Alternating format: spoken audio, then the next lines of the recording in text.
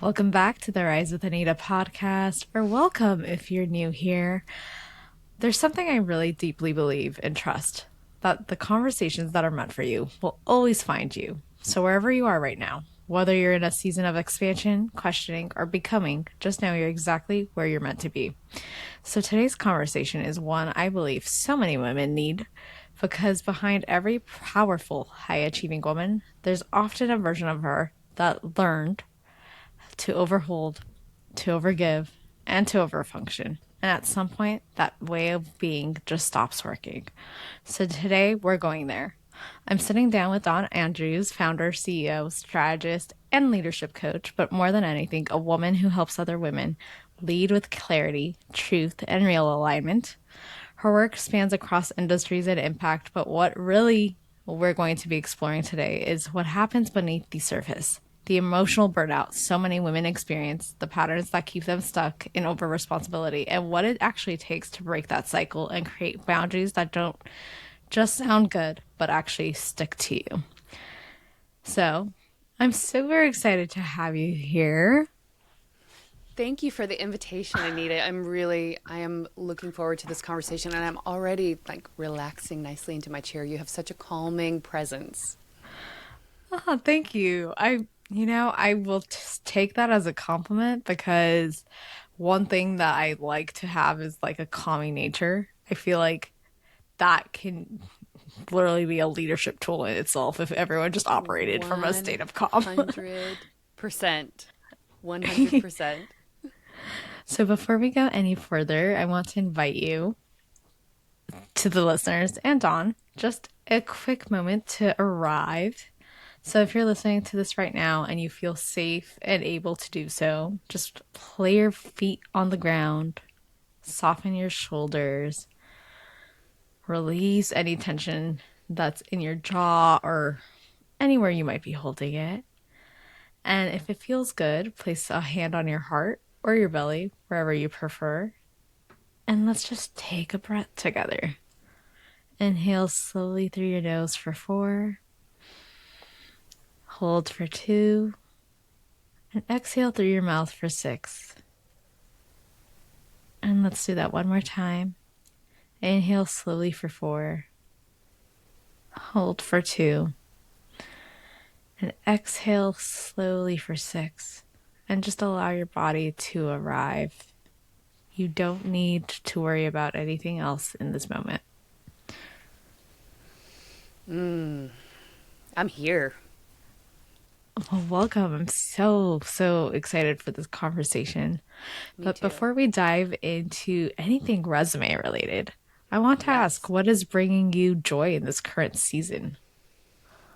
What is bringing me joy in this current season? It's funny. There's, maybe you've heard of it. There's the tool or the book, the 5 minute gratitude journal. You familiar with Hmm. that tool? So I do that. Yes. And right now, the thing that's at the top of my list every day is my electric toothbrush. And yes, maybe it's not grandiose, but it always makes my teeth feel fantastic. It's easy to use. It's always there when I need it. And it's just one of those things that it's like, these are the foundational elements of starting your day that are so tiny, but collectively add up to things that make you feel fantastic. So my electric toothbrush is bringing me joy in this season. You know what? I love it. And I am so familiar with the 5 minute gratitude journal. It's one of my favorite tools. I've probably gone through like 4 by now. And Yeah. it's just something so simple, so quick that you can use. And you really have no excuse not to because it literally takes 5 minutes across Yeah. the day.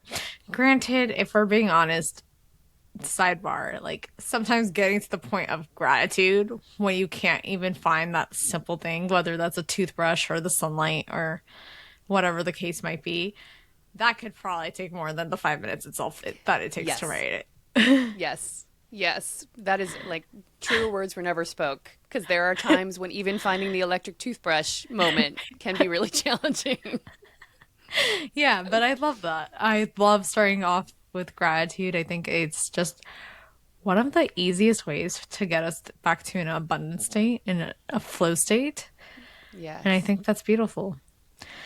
So before we go into all things burnout, I want to start off with going a little deeper. Mm. I want to start off with your story. So, who were you before you became the woman you are today? Oh my gosh, I probably have been 200, 300 different women before I am the woman that I am today. It's, I mean, the thing that I think aligned with our conversation is, and it would relate to the woman that I was before I am the woman today. In 2017, my body made a decision that my brain refused to make on my behalf. And I was already running my business, but in 2017, I was doing it from the floor of my office. I was literally lying down in answering emails, having client calls on Zoom with the camera off, because I didn't even have the energy to sit in a chair. My burnout was so bad. And the most embarrassing part is that when I was in that state, I thought I was being productive and I was still trying to push through, and I had no idea that I was already gone. And when I think about the woman I was before the woman I am now, those versions of myself brought me to that moment lying on the floor. And it was the person who thought she had to get it right, thought she had to hold it all, thought she had to do it all herself. And like, I'm not mad at her because she got me to where I am now. But it's just amazing how insidious it can be, the societal conditioning and the rewards that we get for following those rules, and how far astray it can lead us. So when I think about, to answer your question, who was I before this? I was somebody who was really spending a lot of time following the rules that were not meant for me or not supportive and healthy for me, even though it netted in positive revenue or acclaim or awards or things like that. It just, the cost was really, really high. And it took getting to that point in 2017 to really make the change. Wow. So, I'm curious, just because you brought this up, what would you say was the biggest rule you were following that you thought you had to follow that wasn't even yours to actually follow? I don't know if it was a rule, but I would say that what was underlying it is that you're just not enough. And having that play through in every area, like you're not working hard enough or long enough, you're not doing enough, you're not, I'm married, I'm a mom of two boys, I'm a daughter, I'm a sister, I'm a friend, and I think the through line under all of it was just that more, bigger, better, louder, faster, you know? And I also tend to be I'm a high twitch person. Thanks to your breath work, I have slowed down considerably. If you catch me on another podcast, I'd say I'm probably in fifth or sixth gear because I talk really fast and I think really fast. Um, and and most of the time that works just fine. Like, it's good. But yeah, I think what was underneath it was I'm not enough. So, I'm curious. Growing up, what did you learn about success or responsibility and what it means to be a quote unquote strong woman that was perhaps driving some of that? Yeah. So, I mean, we're just getting right into it, Anita. I'm like, we're going all in. This is the BTS behind the scenes with Donnie Andrews. I grew up. My parents divorced when I was 7. And I grew up in a house with a mom who was going through a lot and who was a hoarder. And so to keep the house and the family together, I got really responsible really early on and received a lot of, first of all, stability from being that person, but also received a lot of praise for it too. Like, oh my gosh, look at her holding it all together. Like she's, she's only 11, she's only 12, she's only whatever it was. So I was praised for adult level responsibilities and behavior at a really young age. And it got me really far, even into adulthood, until it just really didn't work well anymore. Yeah. I can relate. I feel like I grew up with a single mom, so there's that. But early on, it was very much like, how can I do, or what else can I do, or how could I How can I perhaps make it help? easier? Yes, make it Mm-hmm. easier, even if that's just having a calm temperament, not asking for too much, whatever it is. And so the downfall to that I found in adulthood was I had a very severe hard time to ask for help because that would be Yeah. like so foreign. Like, what do you mean? You want me to I'm the one who helps. I don't ask for help. Yeah. So I feel like there's a little bit of a through line here where I'm curious if you had a hard time receiving help as well, based off of that background. 100%. 100%. And I mean, and in terms of, burnout and some of the topics we might get into today, that's like a number one way out. Like asking for and receiving help. And I'm in a season right now in my life where I thank God for those 2017 days on the floor, because I I have never more has never been asked of me than the season I'm in right now.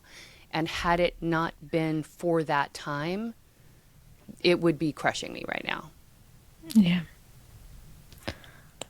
Oh, so it's a good tip that you have that helped you sway from that. Yeah. If we're gonna And get into it. it is the asking and receiving help. Beautiful. Beautiful.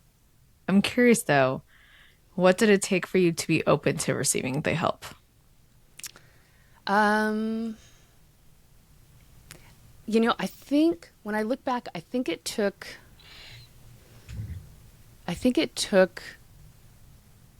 an area of expertise that I didn't think I could muster.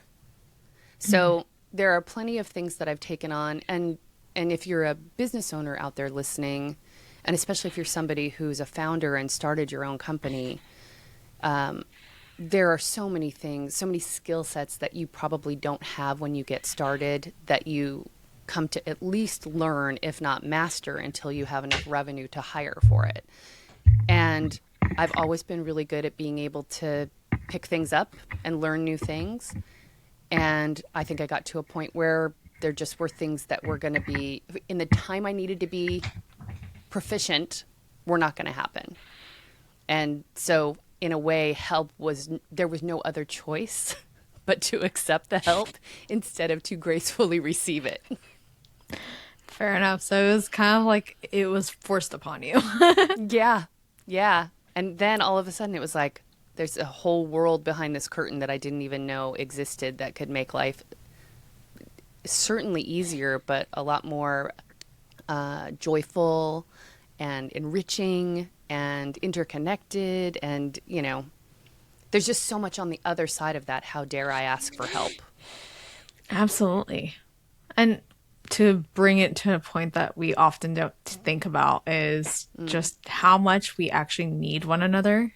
So you're really doing no one any favors by suffering by yourself and No being like, I way. got it taken care of. Yep. Well, and I think there are times when maybe you need a little bit of that solitude to process or organize or make yourself available to it. It's not like you're in crisis, okay, go grab the help right away. If it feels like the right thing to do, get it. But it's the once you pass that point and you still hold it at bay that I think we're doing ourselves at minimum a disservice, or like straight up messing with our health and our well-being. Absolutely. Absolutely. Actually, I have been attending a couple of David Meltzer's dinners, and one thing he's very keen on reminding people is if you have something you need help for and you have someone that actually has the resources to help you, you're actually doing more of a disservice to them by not allowing them to help you to because a lot of contribute. times that's how we are acting a lot more like God or universe, whatever you want to call it, in line with your higher power. And so I Yes. always now have had to step back and think about, okay, well, why do I like to have the control of doing everything myself? And is it later to just say, oh, she was self-made? Yeah. Yeah, And especially in the what does that 2020s. even mean anymore? Because it's never, even for the people who think it's true, it's never true. Like it's Oh just yeah. not true. Oh yeah. I literally like did a post about this a few weeks ago and I just realized because I've been in enough rooms now that I was like, the self-made aren't really self-made. They have someone that's helping them walk along this path. They might be doing a lot of the work, but a lot of times they have a roadmap that's given to them that they're just following along. So Yep. there's no They're shame in probably asking for help. stealing the thunder of all the others that are helping them is what's actually happening. Yes, they've learned to become the best coffee cats. Yep. So I'm curious, what did that previous version of you believe that she had to be in order to feel safe or successful? I mean, certainly in control. Just, you know, Yeah. and I never would have considered myself a control freak, but let's say control freak adjacent, maybe, you know? Yeah, I think certainly in control. I think, financially successful. And what did I think I needed to be? I think just, self contained, self sufficient. Oh, and actually, here's the ugliest, like, worst one, right. What did Had right to be, look like for you? had to be right. Um, just, I don't, how it showed up for me, I didn't necessarily show up as a know it all, but I would avoid the conversations, rooms, people that I felt might disagree or just reveal me to not know the answer. Like I couldn't just say, I don't know, that's interesting, tell me more, or I don't know, I'll go figure it out, or I wouldn't allow myself to not know Oh, and to not have it right. very interesting. Yeah, So that was a very early version of myself, and she was exhausting.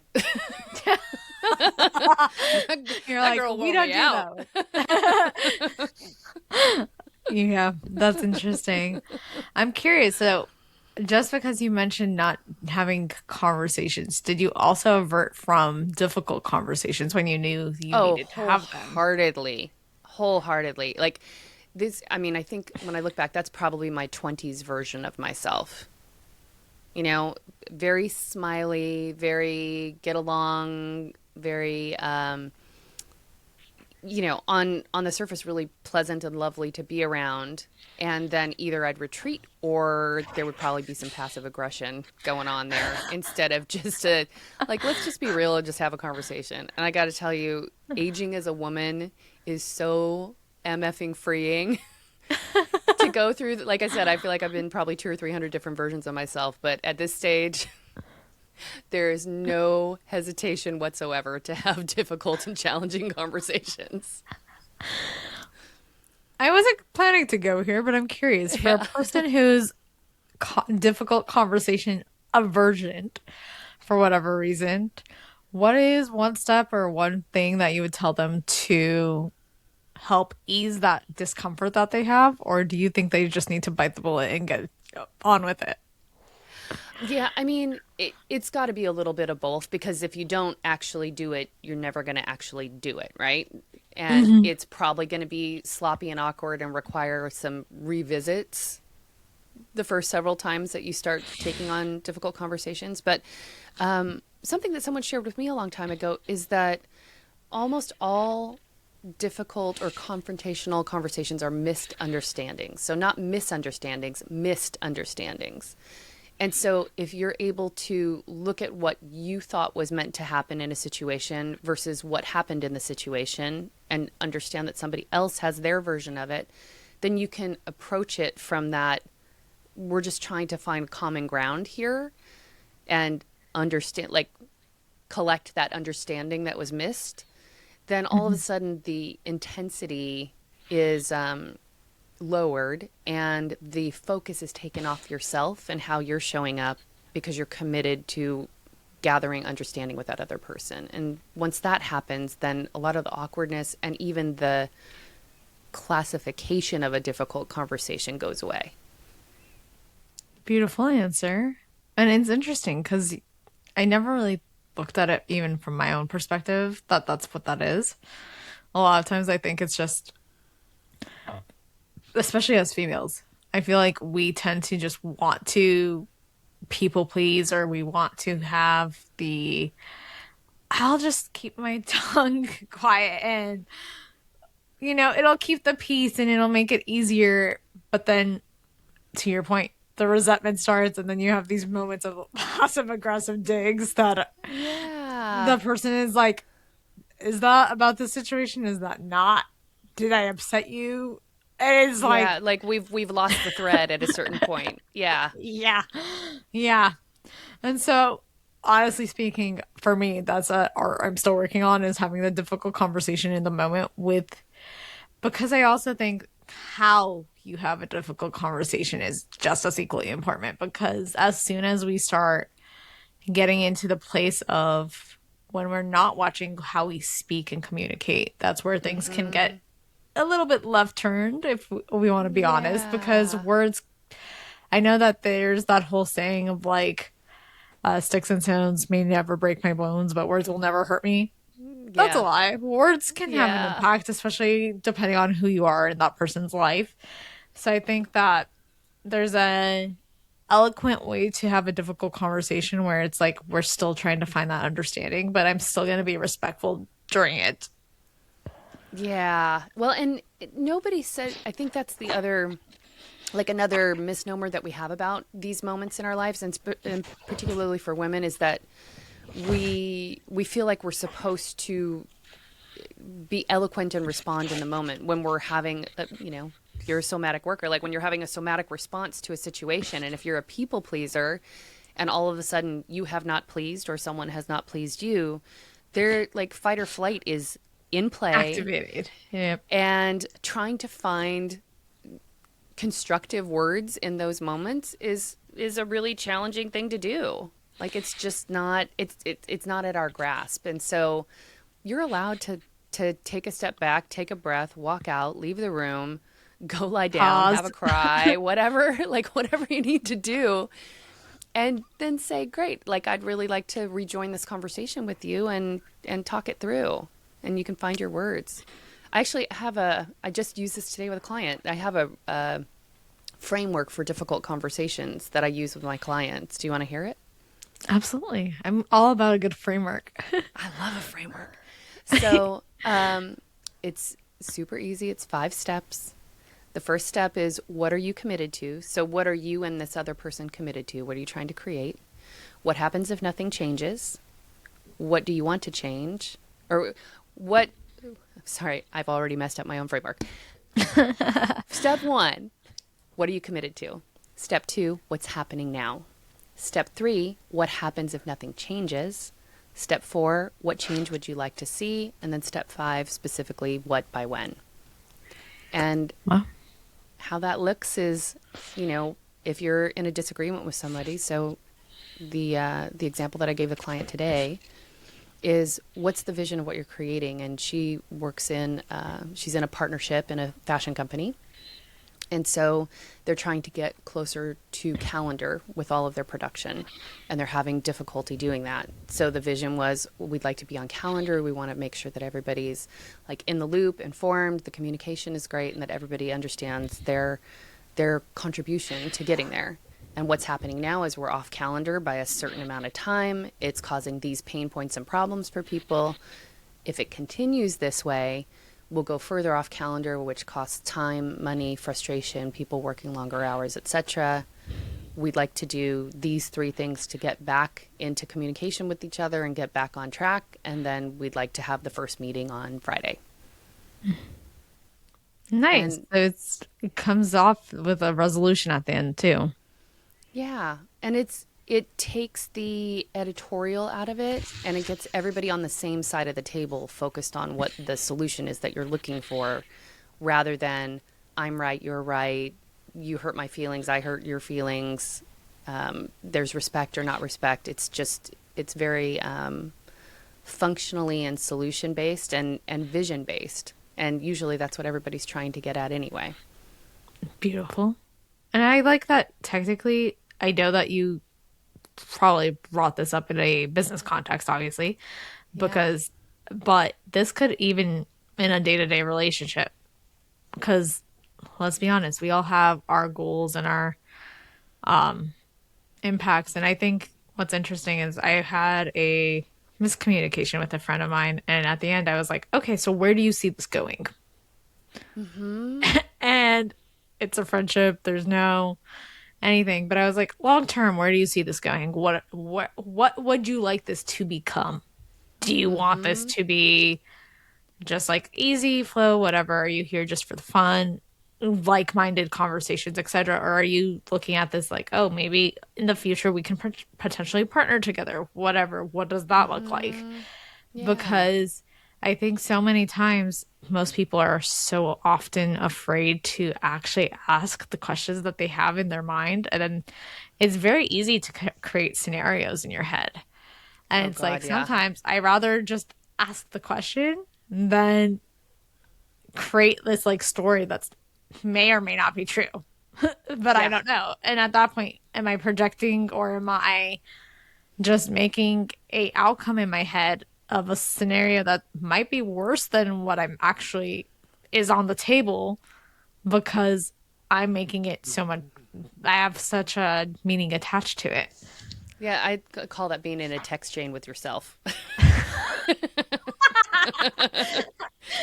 I If you could like just that. imagine texting back and forth with yourself, that's what, like the other person has left the building. They're no longer part of the equation. You're just going back and forth with yourself. I like that. I'm gonna start using that a text chain with yourself.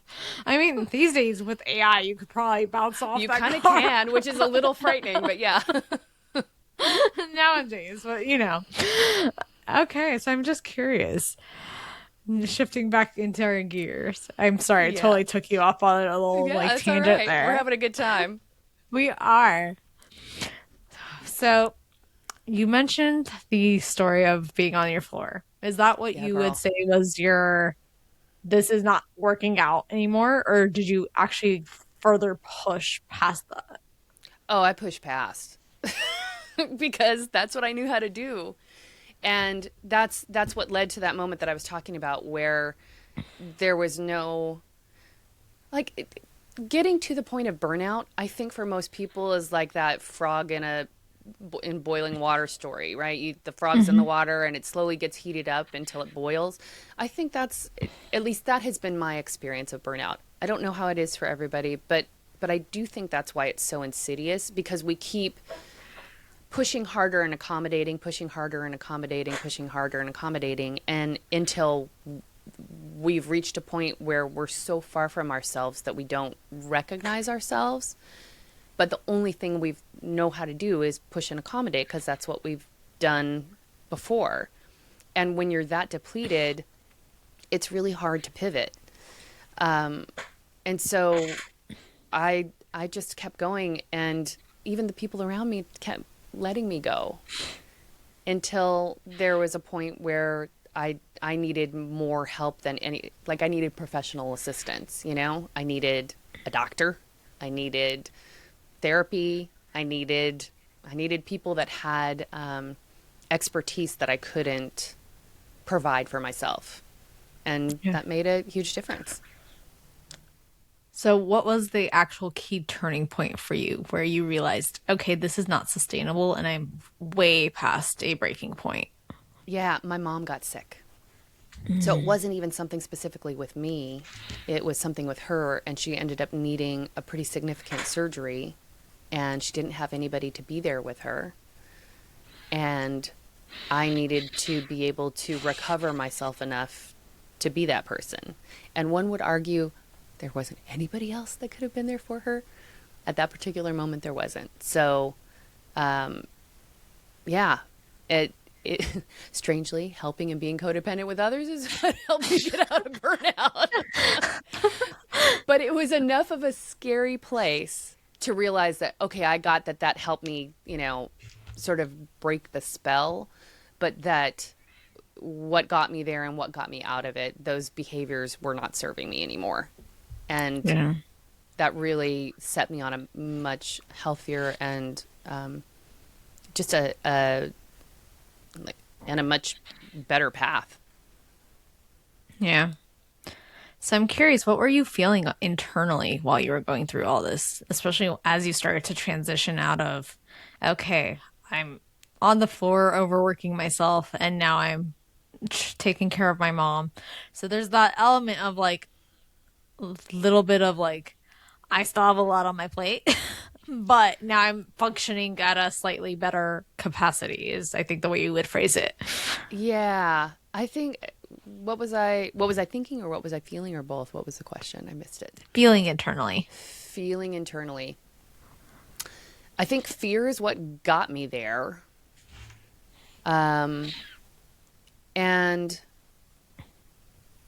I think it still was present, honestly, but there was like this little kernel of faith that I would find a way, but the different part of the equation, because there had always been faith that I would find a way. That's what got me into into my shenanigans to begin with. But what was there differently after that turning point was the presence of others. So it was no longer faith that I would find a way, but faith that we would find a way. And the we could change. Like, it could be my husband and my kids and my family. It could be the professionals that were on my team or on my mom's team. Like, it's not like, back to our idea of that self-made person who's stealing everyone else's thunder. It was like the glasses got taken off and I was like, oh, there are all these people here. When did they get here? You're like, oh, they're like, people are delivering meals to my house. Okay, look at that. They always were present. Everybody was always there, standing by, or literally in action. I just wasn't acknowledging it. Interesting. So it was literally going back to that concept of like, I could ask for help. I just wasn't. Oh, you got a little fuzzy, Anita. I don't know if that's me or you. Do you still hear me? You're a little bit fuzzy. You sound like a robot. Interesting. I'm going to close some windows down over here and see if there's anything else that's competing with us.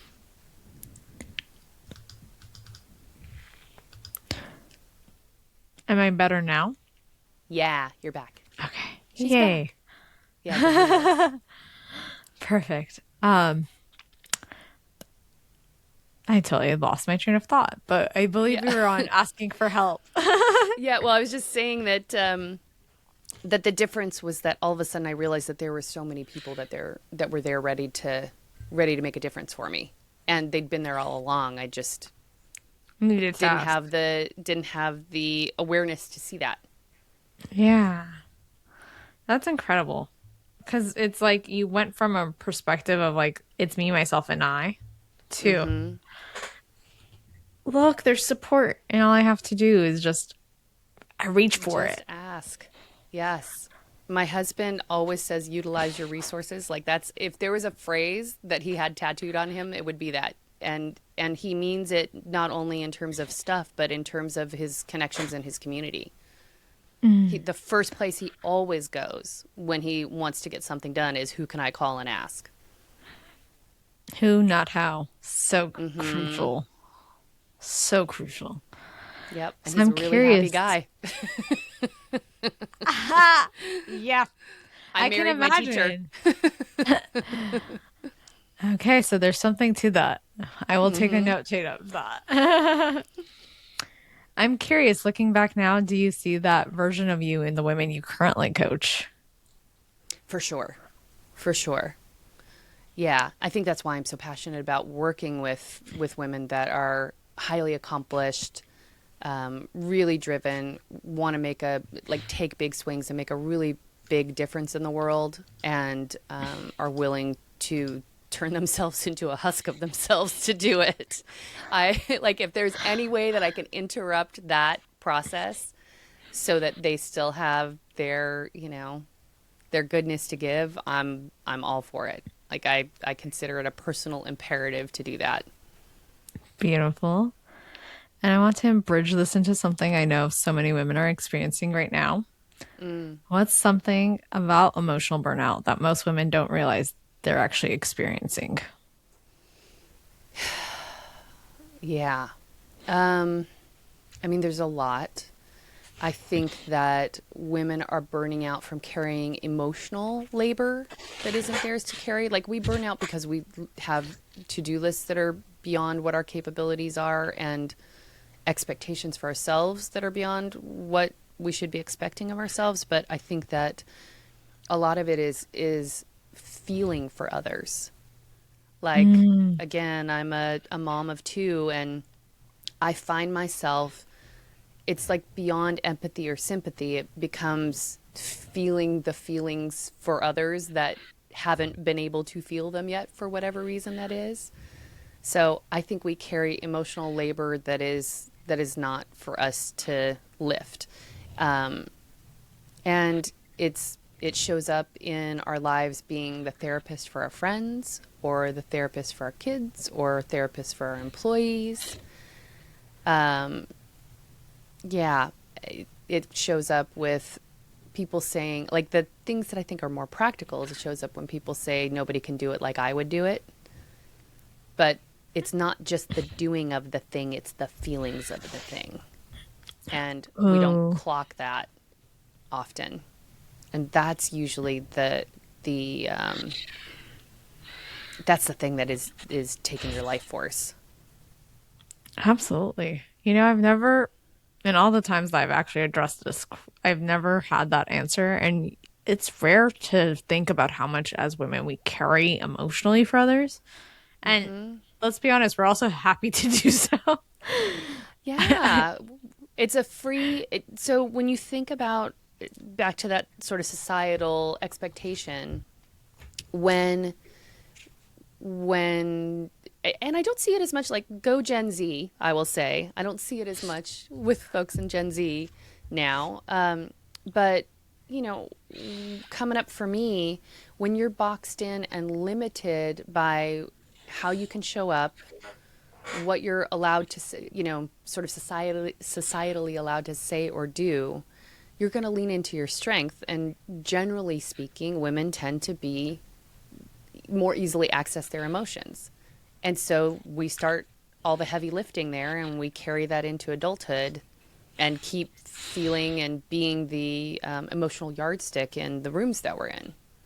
Yeah, absolutely. Alrighty. Sorry, I totally got It's okay. distracted there for a moment. It's okay. If a woman is listening right now and she sees herself in that older version of you, what would you Mm. want her to know? First, I would want to give her a big old hug because I'm a hugger. And I would say that the freedom that you are looking for that feels elusive is simply on the other side of a conversation. So whatever it is that you've got going on, like I was just having this challenge last night. There's a project that I've been working on and just not able to get a breakthrough with. And and I was like, who's the first person I could ask? Even just to air out whatever the challenge is that I'm facing. And I decided to talk to my assistant about it. She was like, I can do that. So this thing that I've been carrying around, not knowing what to do with it, not knowing how to move it forward, was one conversation away from making a difference. And if you are feeling like I was feeling and you're on the floor of your office, it's because it's on you, girl. You are too damn stubborn or too damn scared to just ask something of someone else, to invite another opinion, a contribution, or literal help and support.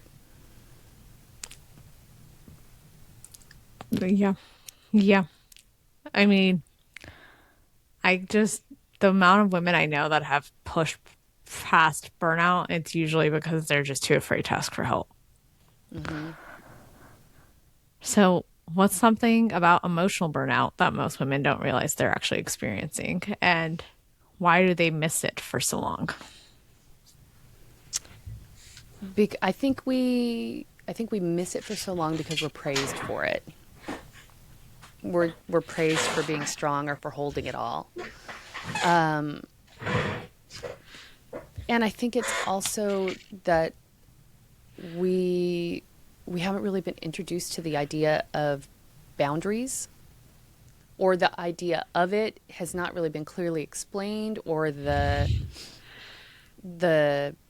examples of it that we've seen. It's like we see the outcome of it, but we don't see the how somebody got to that boundary. And um, in fact, like the thing that drives me a little bit crazy with this is that you hear the advice like you need to just say no more, or you need to protect your time, or you need to tell everybody what your limits are. And at the top level, it's true, but it's useless advice. Like it Hmm. means it's words. It doesn't really mean anything because anybody that would receive that advice is somebody who doesn't know how to implement it yet because she doesn't believe that she's allowed to. Like if somebody tells you, "Oh, and you know what, Anita, if you just said no more and you just protected your time and you just communicated your limits, like everything would get easier." Well, if you first of all, if you knew how to do that and you believed that You you were would? worthy of that, we wouldn't be having this conversation in the first place. Yep. So, I think that something that we can do to help ourselves with this is to think about it more in terms of identity instead of willpower. So, for instance, if you told me that I need to speak up, okay, so maybe I'll try to say something in a meeting or put something out on social, or, but in terms of that being a sustainable approach, it doesn't make a difference. But if you put it in terms of identity, I'm here to make a difference for really busy women who are working with a level of exhaustion that sleep doesn't fix, then that's an identity shift. And me showing up and speaking out becomes in service of that. It's not a willpower issue anymore, it's an identity issue. Does that make a difference? Yeah. Get what I mean? Absolutely. So, for a person who's now learning how to adjacently move into the comfort of asking to set a boundary, you bring up the identity levels. So, what's one identity level shift a person can make in order to start setting those boundaries? And what actually do you think comes up as they're starting to do that if it's foreign for them? Yeah. Um, I think it's baby steps because what I think to be able to do this, you have to have a why that's bigger than yourself. So back to that conversation framework we've talked about before, like what's your vision for yourself or for your family or for your relationship with your friend that you mentioned? There needs to be something a little bit beyond you. And when you're on the floor, answering emails from a pillow in your office, it's really difficult to find that for yourself.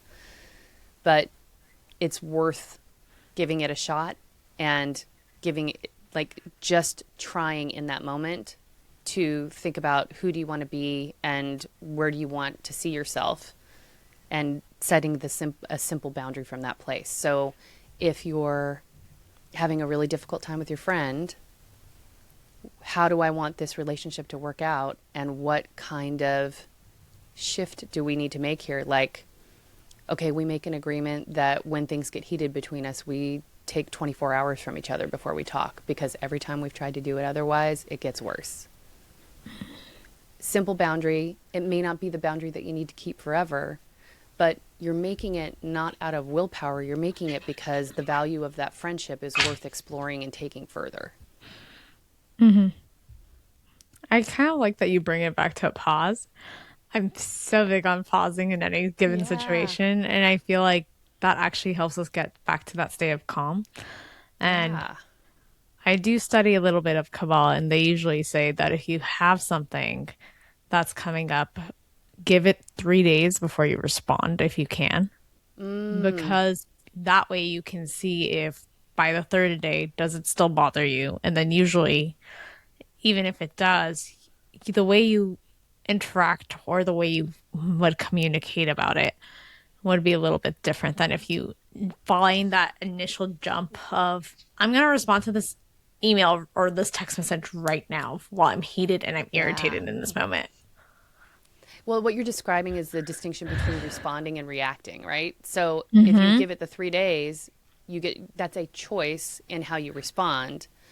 If you're blasting somebody right back without being able to breathe and think through it, you're reacting to it. And you'll get a response either way, but you're not necessarily building on something. And chances are that the reaction is just because you're really uncomfortable and don't want to feel like that anymore, which is not contributing to something that you're trying to actively build. Yeah, very true. What does a clean boundary actually look like and feel like? Clean boundaries. So, like I said, I'm a mom. So there's a lot of learning to set boundaries with motherhood. Um, to me, clean boundaries come from this is good for me and this is good for the other person and good for the relationship. Like it's, the win win win situations that people are talking about. So, like, a clean boundary over here in our house is that everybody's home by 10 unless there's communication. And it's not overly discussed. There's not a big long explanation of it. It's be home by 10 or call. Like it's that clear. And that's coming from a place of not just because I said so and I'm a parent, but because my nervous system needs to know that all my ducks are under the roof and back in the nest by a certain time so that I sleep well. It comes from knowing what happens out in the world with teenagers after a certain time at night. And it comes from them being set up well for whatever their day is next. So everybody is winning as a result of that. And Yeah. then also having the understanding of what happens if that doesn't happen. Nice. Okay. So it's literally just coming from a perspective of knowing. I like that you brought the nervous system into this because when you use that example, it's like you're coming from a perspective of you have that parental guideline, is the way I'll put Mm-hmm. it, but also you also know that if your kids are out past a certain hour, then your nervous system is going to be thinking worst case possibilities of what might be happening.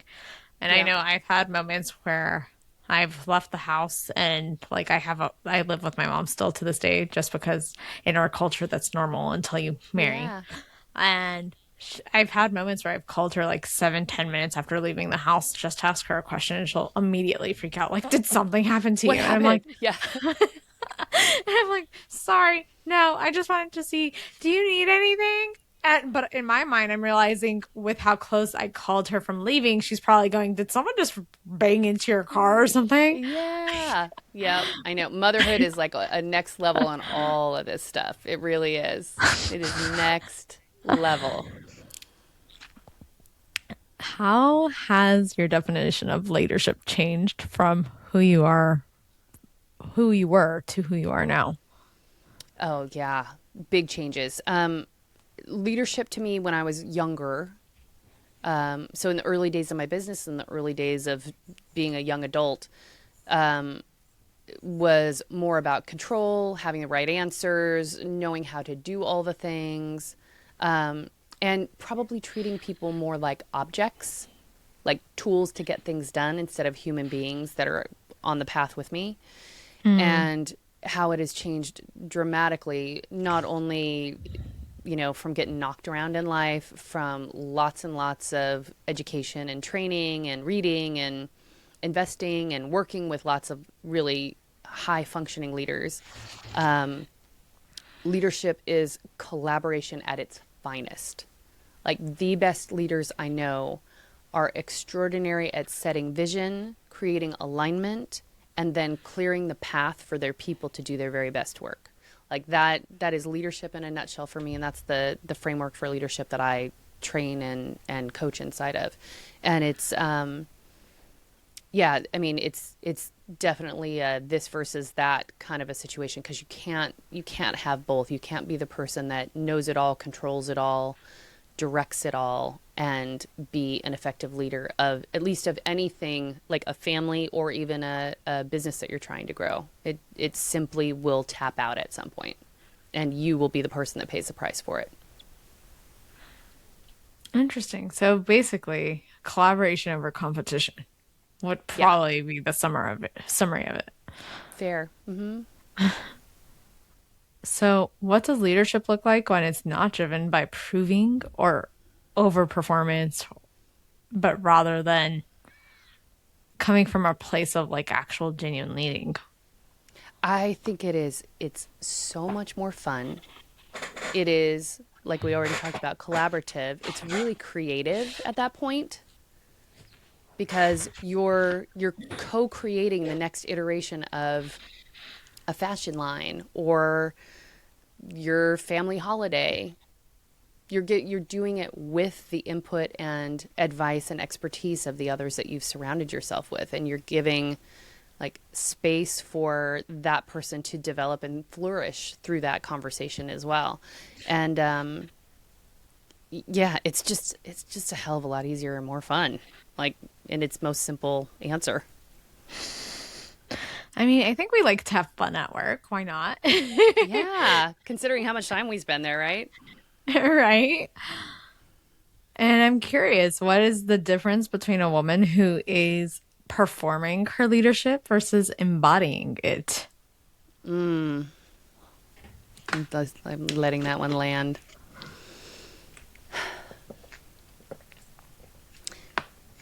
I think in some ways they can look the same on the outside. So assignments are still given, goals are still set, people are still getting things done.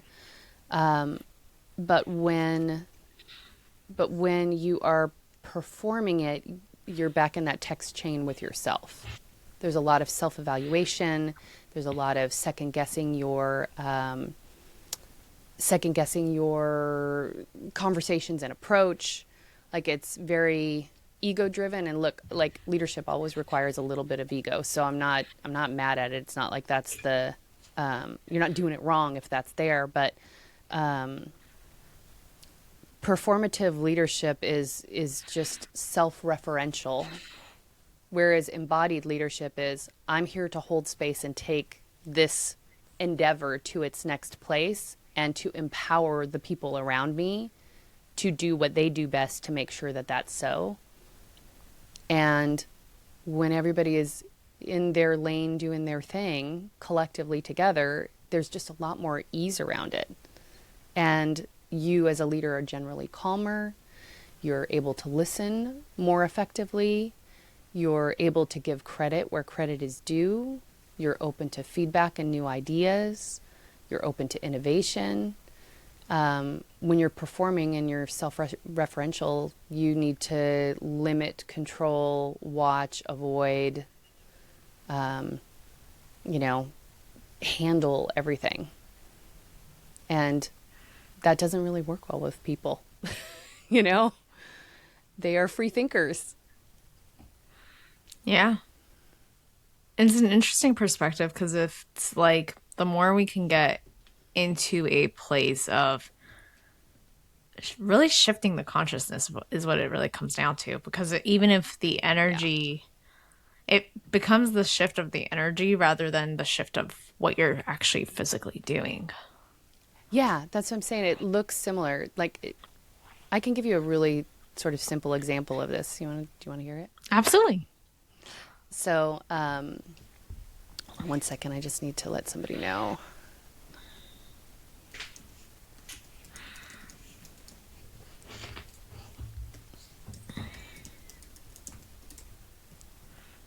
Okay.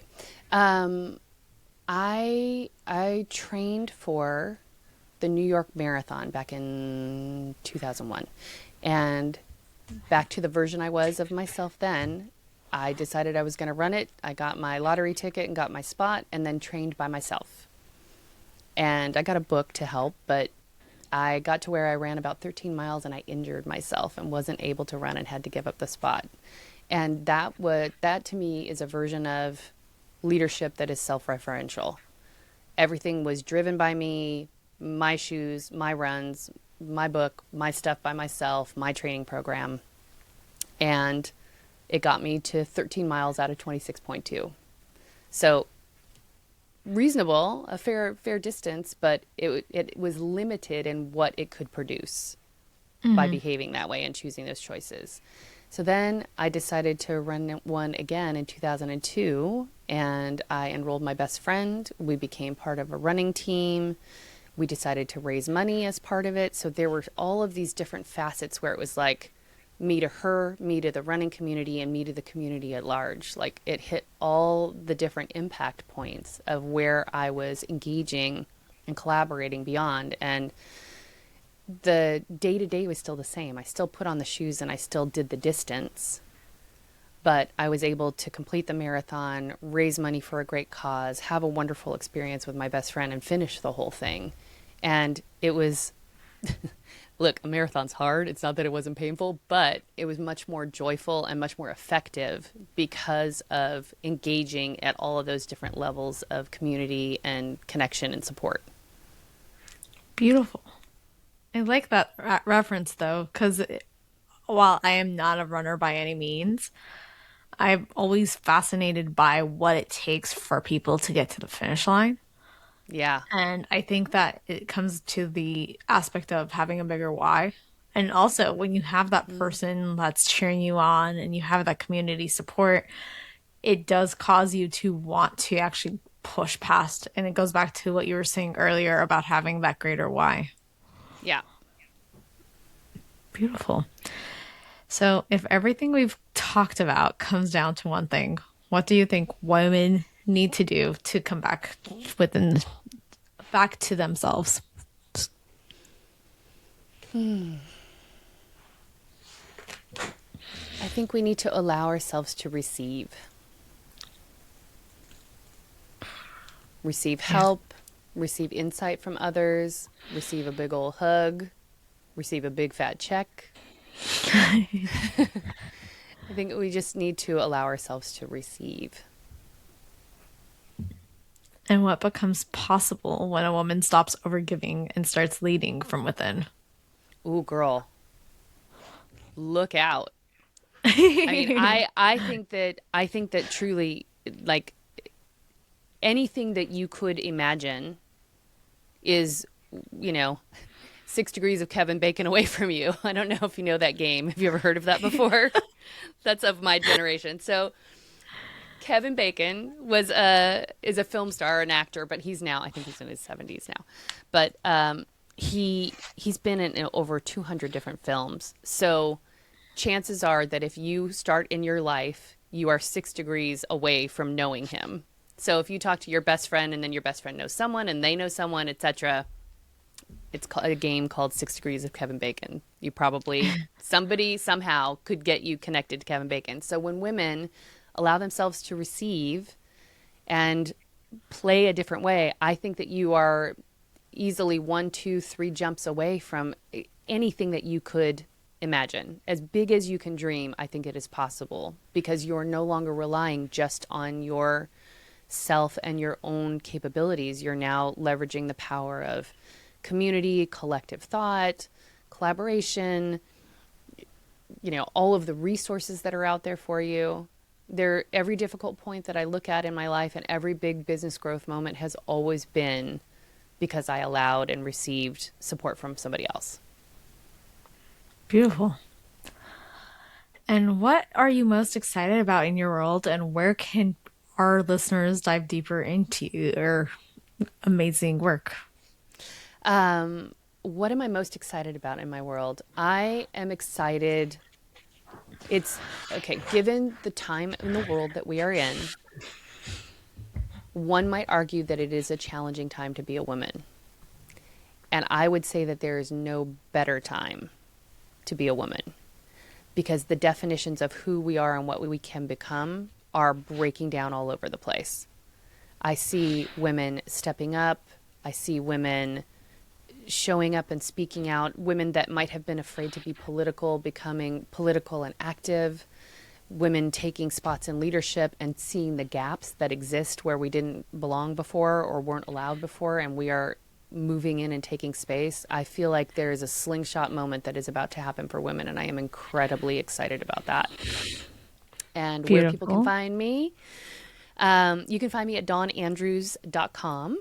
That's where all things me are located. And I'd also love for you to come and check out my podcast, She's That Founder, where we talk about leadership, decision making, and leveraging AI to make leading easier. Beautiful.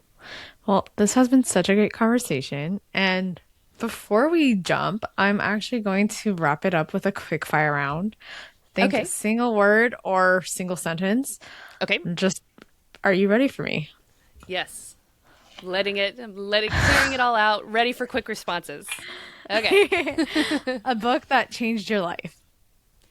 100 Years of Solitude. Nice one. A word that describes your current season. Packed.